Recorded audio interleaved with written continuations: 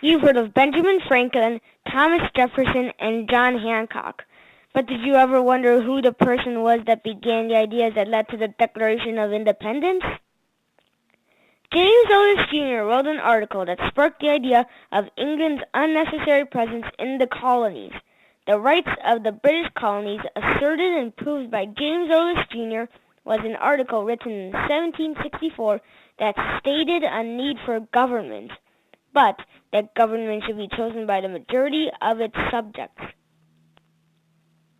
And England began to tax the colonies to offset the debt of the French and Indian War, also known as the 7 Years' War. The colonists did not think it was fair and fought the 1765 Stamp Act until it was revoked in Parliament. James Otis was among the colonists who publicly opposed the Stamp Act and gave a speech stating so to the governor of Boston on December 20th, 1765. Also, the colonial writs of assistance gave England, among any other things, the right to enable British authorities to enter any colonist's home with no advance notice, no probable cause, and no reason given. A client of James Otis named Daniel Malcolm refused to let British officials into his home, arguing that searching his home was unlawful.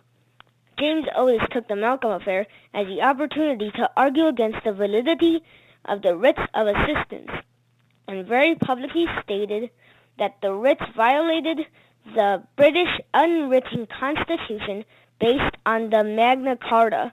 To everyone who came to hear his speech, James Otis had planted the seeds to the start of the revolutionary movement on that day in February 1761. I thought the colony's decision to break away from England was done quickly. After learning about James Otis, I see that it took a long time to get to the point where all 13 colonies agreed that England was no longer helpful and necessary. It took a long time to go from the idea that the colonies would be free to the actual declaration that took us to war for our independence.